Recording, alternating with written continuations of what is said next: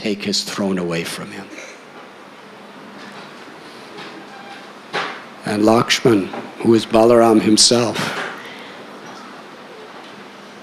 the wrath in his eyes were capable of burning that entire army to ashes. He said, I will destroy Bharat and his entire army single-handedly today with my bows and arrows. Ram chastised Lakshman. Don't you ever think like that about your brother. Do you not know the purity of his heart? Bharat loves me as much as you love me. Envy, pride, greed can never exist in the heart of such a great soul as our brother Bharat. Please know for sure he's coming with all the citizens of Ayodhya to beg me to return to Ayodhya and be king. Lakshman put his head down in shame because he knew what Ram was speaking was true.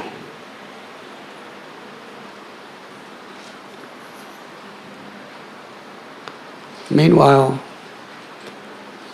Bharat got down from his chariot, which had 12 horses driving it, and he went by foot with Vashishta Muni, Maharaj Guha,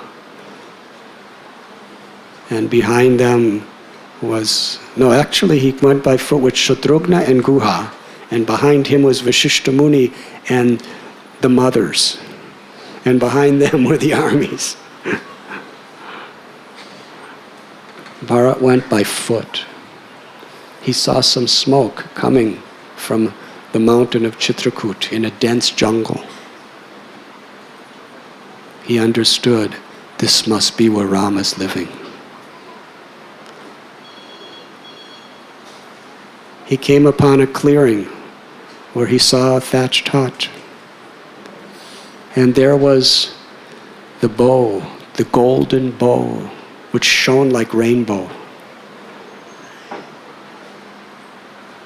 And the quivers of arrows, and the swords and the sheaths that were Ram and Lakshman's, hanging from the outside of that little hut. And then he saw a sacred fire burning. And beside that was Ram. He wept bitter tears, seeing his brother dressed in tree bark with matted hair, sitting on the ground. And when he saw Sita in the same condition, it was intolerable for his heart to accommodate. He ran to Ram, all three of them. But as they were running, even though it was flat ground, they were stumbling at every step. And finally, he just fell down and laid at the feet of Sri Ram, grabbing Ram's feet and putting them on his head, crying uncontrollably.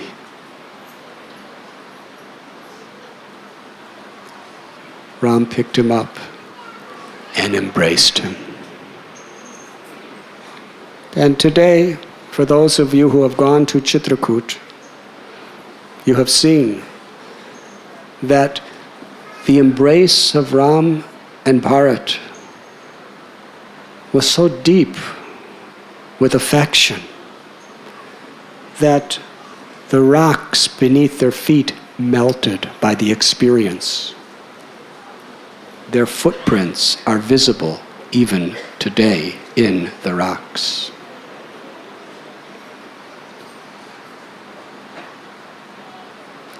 And Kausalya came later on, and she embraced Sita, and the same experience took place.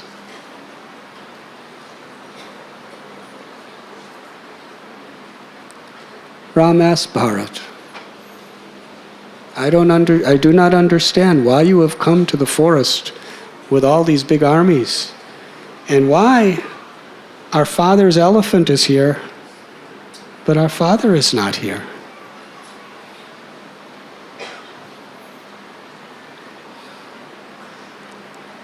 Bharat told that in separation from you, chanting your holy names, meditating on your divine form, our father's soul has departed. When Ram heard this, he fell to the ground weeping.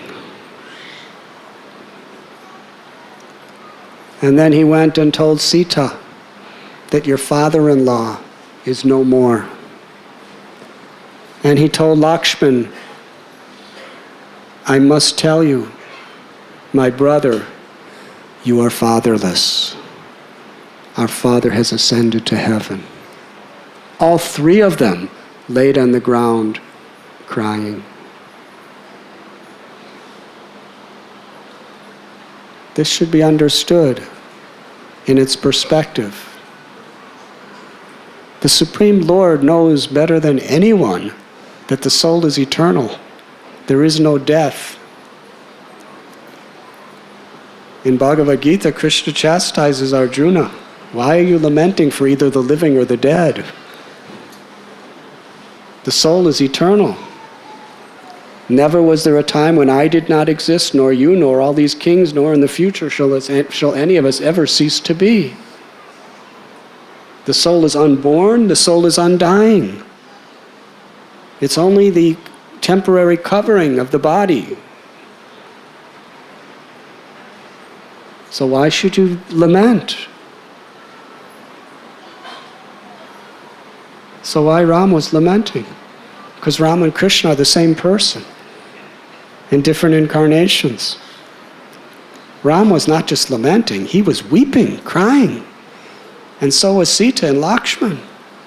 And Bharat was trying to console them because he already went through the mourning stages.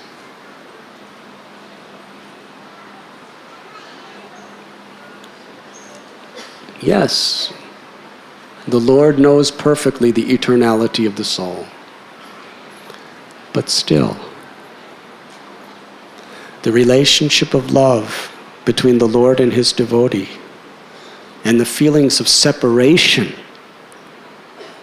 is a type of transcendental ecstasy.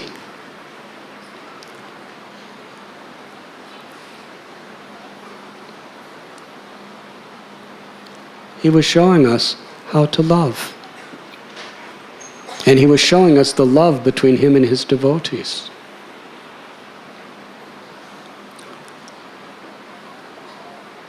Hearing the crying, the mothers came. And soon the soldiers came. They all heard this crying. And Lord Ram went to the river and performed from his own hands the last rites for his father.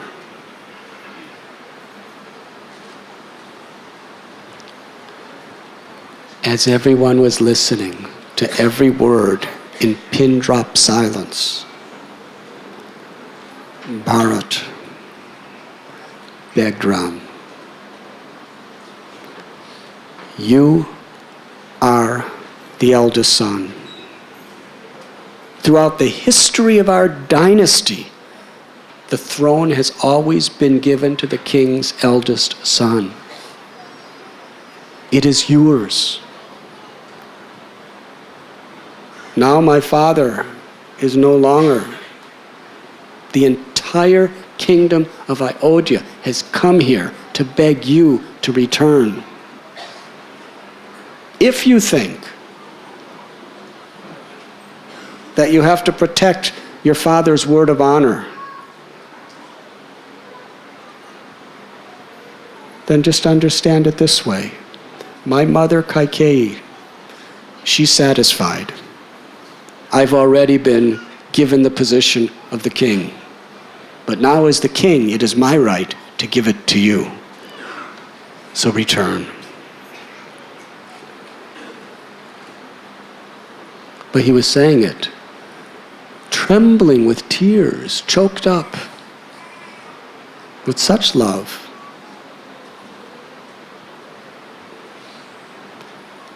Lord Rama, he told Bharat,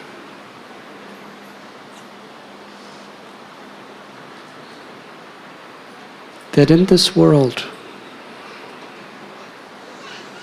things do not always go our way, because no one is the controller, even though he was the controller. He was speaking from the point of view of us. He says, no one is the controller. There are always situations that will overcome us.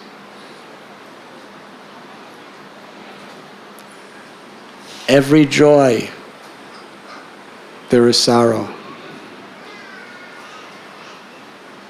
With every meeting, there is imminent separation. With every gain, we know inevitably we will lose it. And with life, we know for sure that death will end it. So we must learn in this world to face all these obstacles with integrity. Our Father, He has spoken that you be king and I go to the forest for exile. It must be honored. Bharat said, our father was an illusion. Because of my wretched, envious, wicked mother. Our father fell under the spell of her powers. And he did something that was wrong. Make it right, Ram, and go back. Don't let his mistake spoil everybody's life. Rectify his mistake in his honor by coming back to Ayodhya. How can I be king in place of you? Can a donkey walk with the gait of a horse? Can a sparrow fly with the elegance of Garuda? I'm nothing. You are everything. You must return.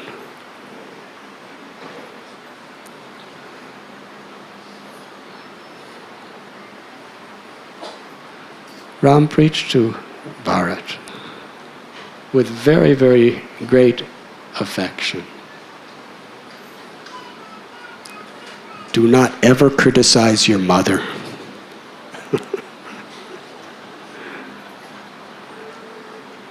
You do not understand that whatever she has done is for the ultimate good of everyone.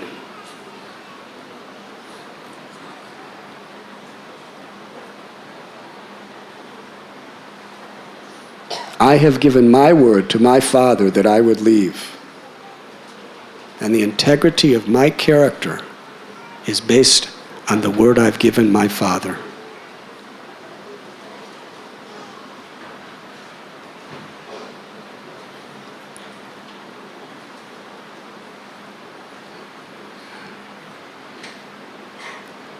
Vasishtha Muni approached.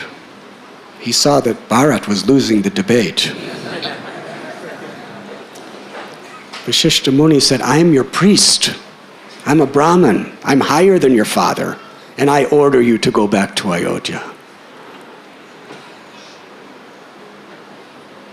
And Ram said, yes, I honor what you speak. But my mother and father, when I was absolutely helpless, they nursed me. They protected me. They put me to bed at night. They fed me. When I was absolutely helpless, they were there for me 24 hours a day. Do not you understand the debt that I feel toward them? Were you there at that time? Vasishtha Muni, I was just testing you, Ram. I was just testing.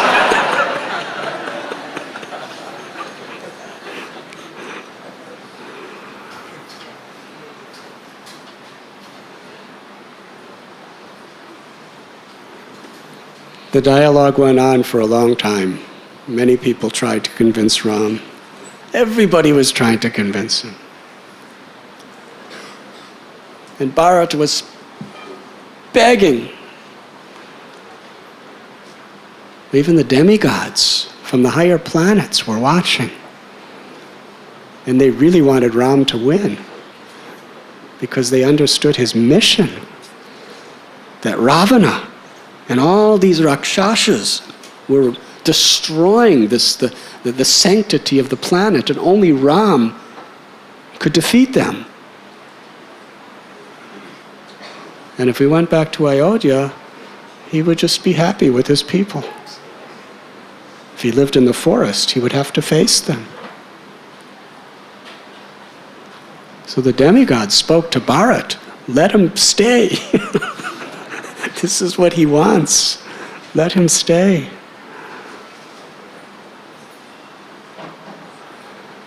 Ultimately, Bharat understood the determination of Sri Ram. All of the citizens were simultaneously joyful and despondent. They were joyful to see that Ram, who was their life, their soul, their everything in life, had such fixed determination to live by the highest principle of integrity and character, to live by the highest principle of loyalty and faithfulness. But they suffered miserably, knowing that there's no way any power could bring him back to Ayodhya.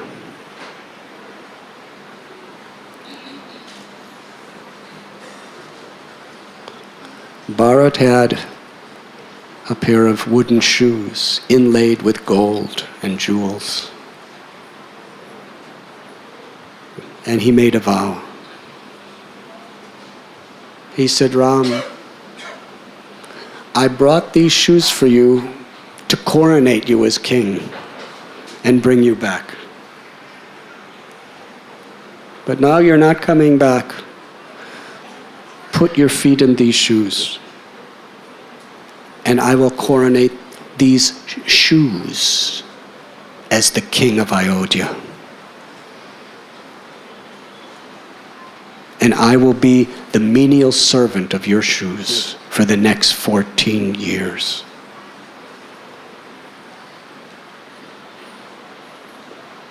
And myself, I will not live in a palace. If you're living in the jungle, I live in the jungle. If you grow your beautiful silken hair matted, I will grow my hair matted.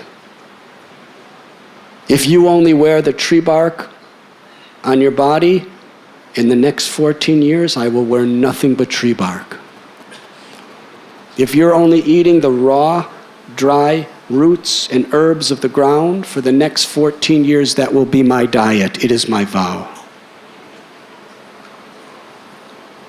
And you want the kingdom to go on nicely? I will perform all the services of the king as your menial servant. I'll execute all the duties, but your shoes will be the king.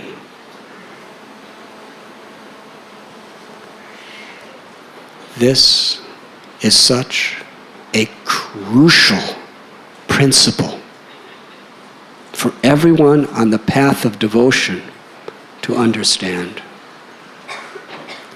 Bharat's expression,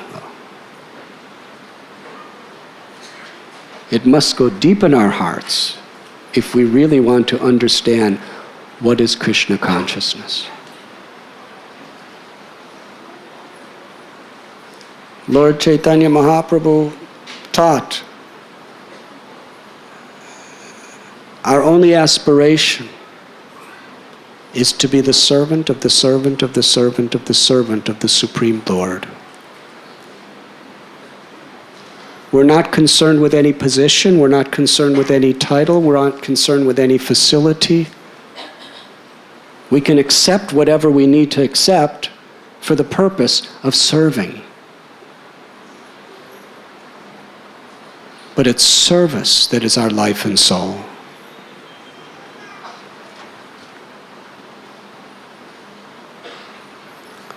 Bharat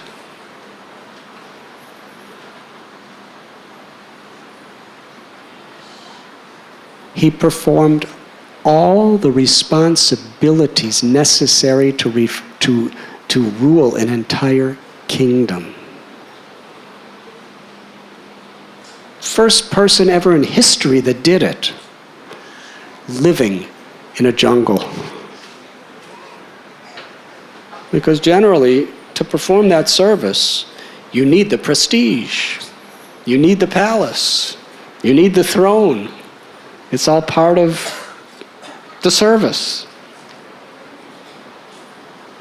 He rejected the position, rejected the title, rejected the prestige, but accepted wholeheartedly the responsibility of the service. That is the essence. And that was one of the greatest detriments in any spiritual society. That Maya or illusion captures us with this attraction, allurement for facilities. We want to utilize the facilities we're having, and we become attached to them. Facilities are meant for God's service. But the tendency is we become attached. And how do you know if you're attached or not? Anyone can say, I'm detached, it's all for Krishna. Anyone can say that. Even I could say that. But the test is when you're asked to give it up.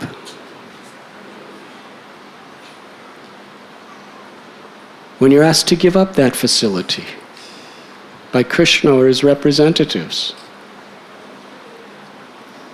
If we're really using it for Krishna, I'll do without it, no problem. But if we're saying, no, I can't, impossible, no way. What does that mean? It means, yes, it's partially for Krishna. But you're attached for your own selfish purposes. Are we sincere? When something's taken away, then that's the test. Are we actually sincere? Or are we only trying to selfishly enjoy something in the name of Krishna?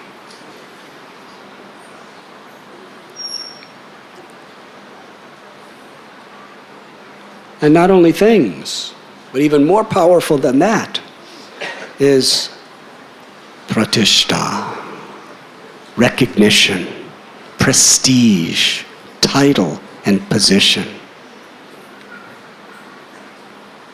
People are very attached to positions. People will lie, cry, and die for a position.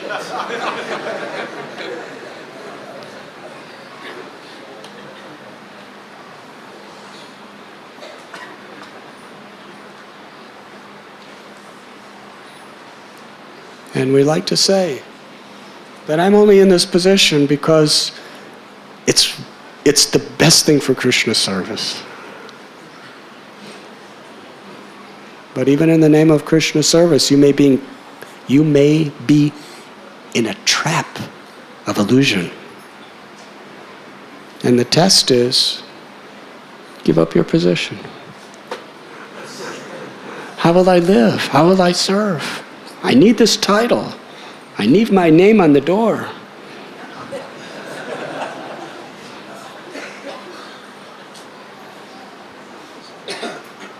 We should not be attached to a service. We should be attached to the spirit of service.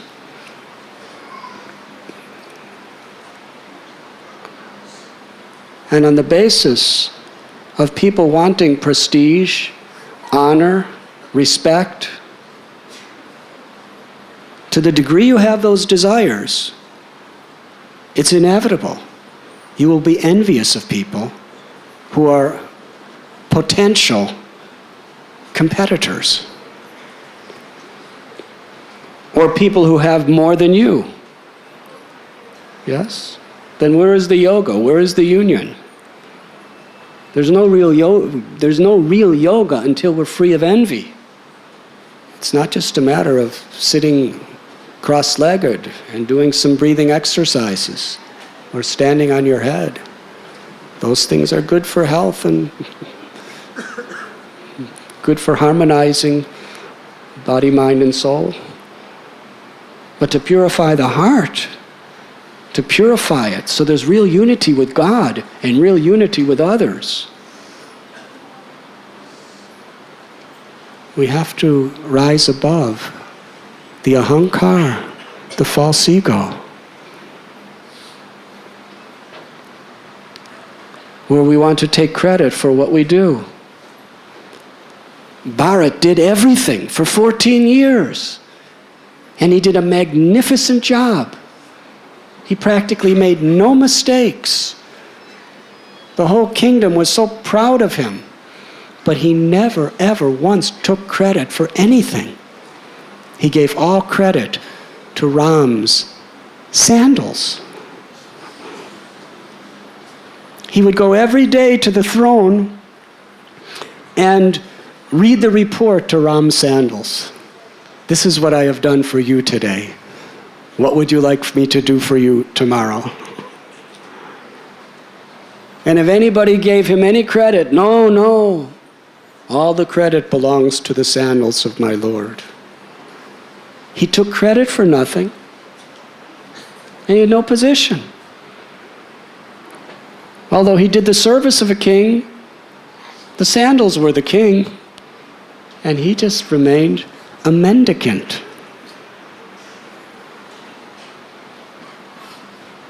That is pure devotional service. That is love. Now that doesn't mean you people in Bombay should start growing your hair matted and looking for bark from trees to wear.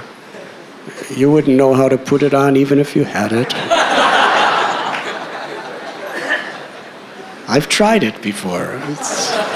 I don't know how you put it on. It's very complicated, actually.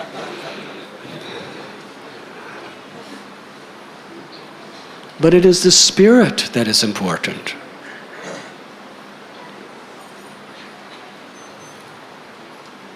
Why so many splits in denominations, so many factions in religious societies? And even in a society that is existing as one, there's often so much infighting and politics. Why politics? Politics are all about the false ego. People who are attached to a position, people who are attached to the prestige of that position, people who want the honor and the respect of that position, and who want the facilities that come with that position. And people want to be respected for being the doer of what they do. But bhakti means liberation. Liberation from all these complications. Give credit to God. So easy, but so difficult.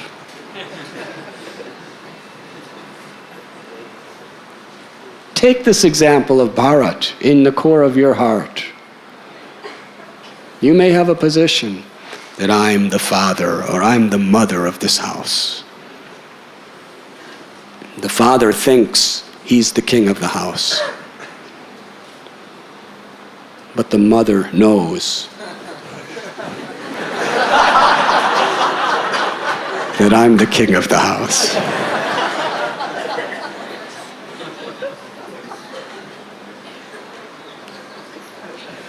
Everyone's a servant of God. We're all servants of each other. Krishna's the king. then there's harmony. It's like that beautiful story of Ramanujacharya, where Dhanurdas, he was a big, handsome wrestler who had a beautiful wife, so beautiful. And he became a devotee of Ramanujacharya, the great saint of South India. And his wife wore ornaments, and he had nice clothes, and he had a nice house. And Ramanujacharya gave so much attention and so much affection and so much appreciation for him. Meanwhile, the brahmacharis in the ashram, the sadhus, they were thinking, we don't get so much affection from Guru Maharaj. Guru Maharaj must be in Maya.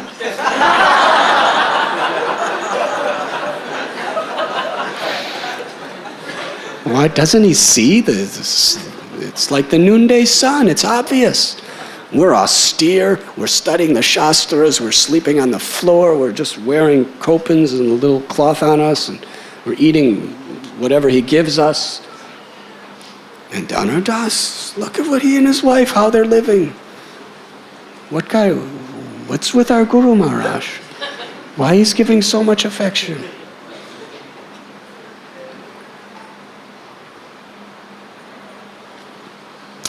So Ramanujacharya understood what they were thinking. So one night, in the middle of the night, when they were sleeping, he went to their kopans and started tearing them up. Kopan is a loincloth, very simple, it's what they wear. And after they woke up in the morning, Ma, you ripped my loincloth, you're so envious of me, you ripped mine. And they were all arguing, they were fighting like anything over loincloths. Hare Krishna.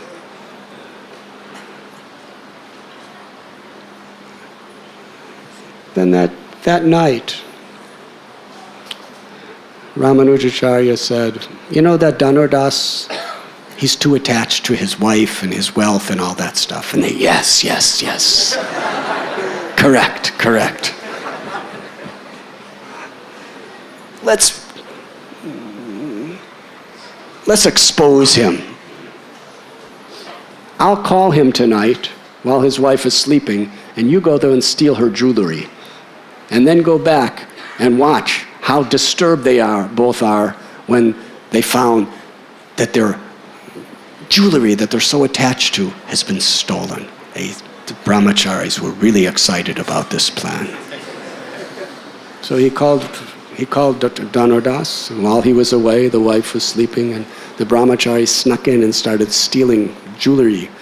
And then she started to turn over, and they ran away. So then they went hiding and watched what his reaction would be. Hare Krishna. He said, why only half your face has jewelry? He said, because the brahmacharis came and stole them. She didn't say steal. He said came and, she said, our Guru Maharaj must really be in a financial problem, because the brahmachari, out of their love and devotion to Guru Maharaj, they came to just, take these things. They didn't steal it, they just came to take them. And then he said, well, why didn't you give it all of them? Why you still have half on your face? She said, well, I turned around to make it easier for them to take it, but as soon as I turned, they ran away. And he said, well, why didn't you turn slower? This is very bad. We should give everything, not half. The brahmacharis went back and reported to Ramanujacharya. And he said, oh, you see, you're taking everything away from them and they want you to take all? They want you to take it? And last night, when you had little tears in your loincloths, you were fighting about it? They understood. Real detachment is a state of the heart. Real detachment is about understanding that I am the property of God, that everything is the property of God, and that fame, prestige, title, honor, that is all in God's hands. Narayana parasarve nakutashtina bibyate swarga pavarga narakeshu apitulyate darshana. Lord Shiva tells what is a real devotee. In any situation, a devotee is simply happy to serve.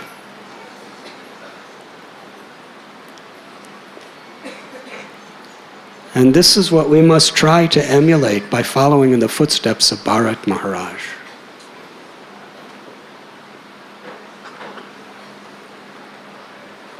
For 14 years, he served in this way.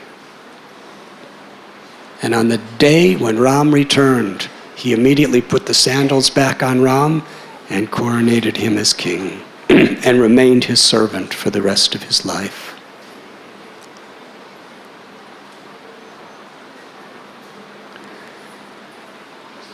As they were leaving Chitrakoot, Kaushalya,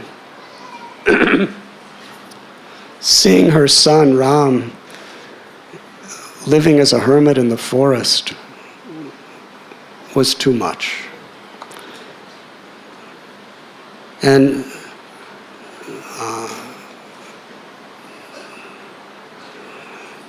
Lakshman's mother, seeing him in that state, Kaushalya and she just wept as they bid farewell to their sons.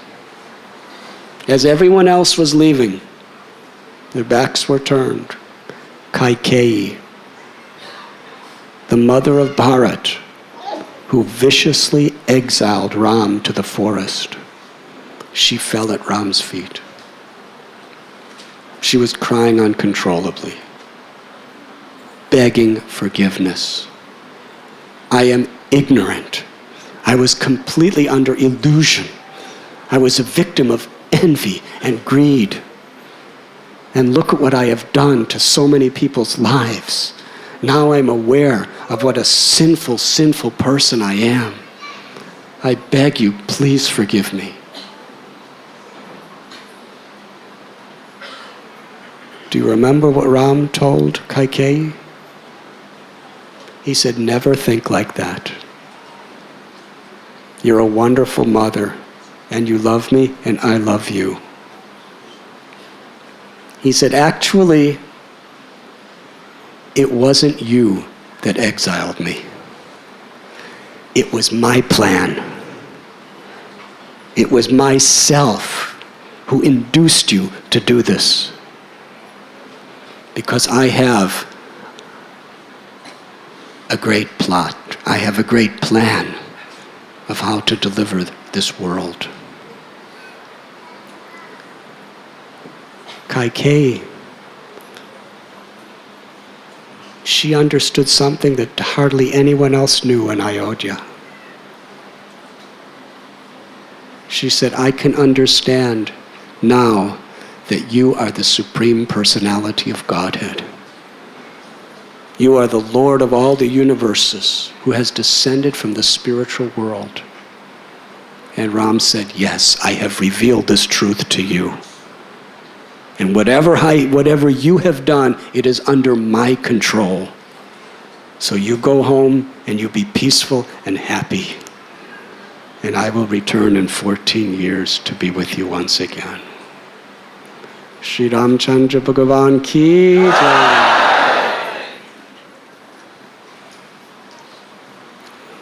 The Ramayana is full of precious lessons of how to properly tread the path of pure devotional service.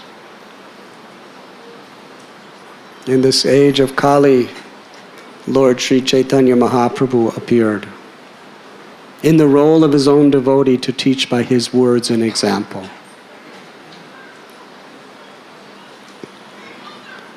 Nadanam na janam na sundarim kavitam vajagadisha kamaye mama janamani janmanishwari bhavatad bhaktirahoita kitvayi. In this one sloka, Lord Chaitanya has summarized the essence of everything we've been discussing today, and unlimitedly more. The ideal of Ram's integrity,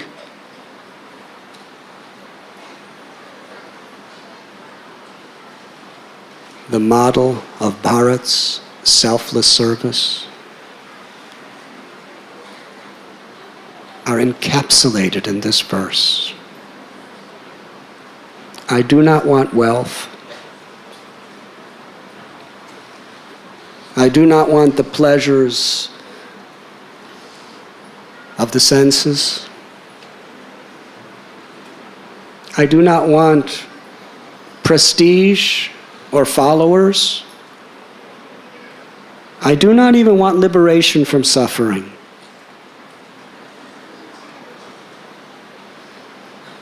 I only want to serve you. I don't even want liberation.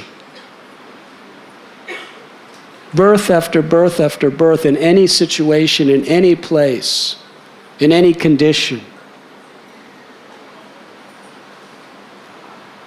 I am your servant unconditionally.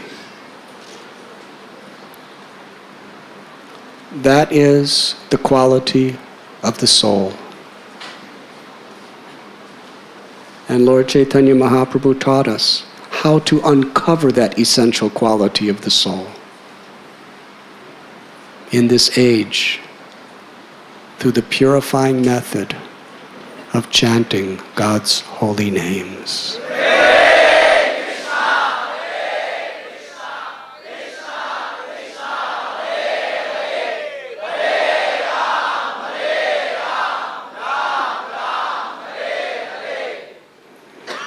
If we simultaneously strive to live with these aspirations and these virtues and chant the names of the Lord, the name of the Lord is none different than the Lord. It awakens our love of God and purifies our heart. Simply by living in that service attitude, humble service attitude,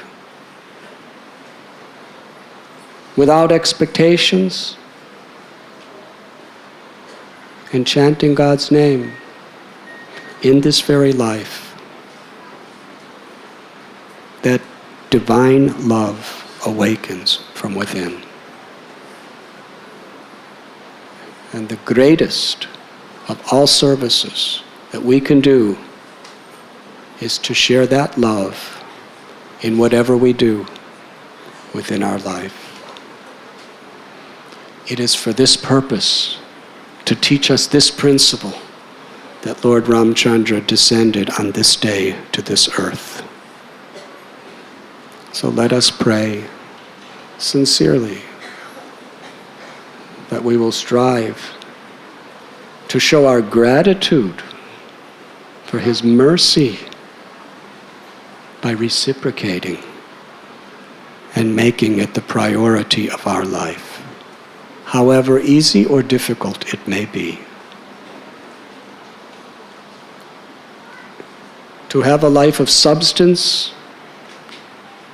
we must be willing to maintain the dignity of our ideals under all circumstances.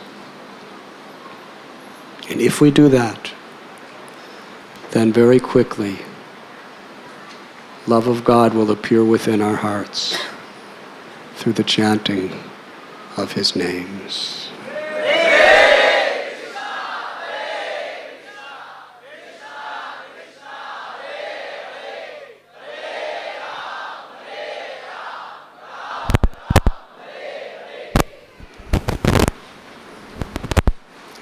Our beloved Guru Maharaj, Srila Prabhupada,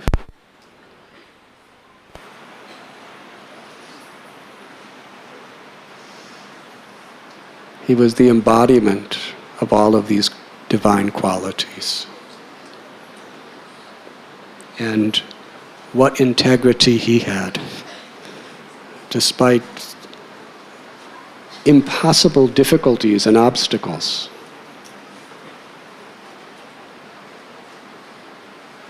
The principle of compassion never waned in his character to give us the treasure of his heart, Krishna. At this time there will be Arti. This will be the special Arti ceremony to celebrate Ram's appearance. He appeared at noon. So one may ask why we're having the noon Arti at 9:12 at night. The answer, yoga. This is the yoga process. Should I give a purport? Yoga means unity. And Radharas Bihari Temple was having Arti at 12 o'clock.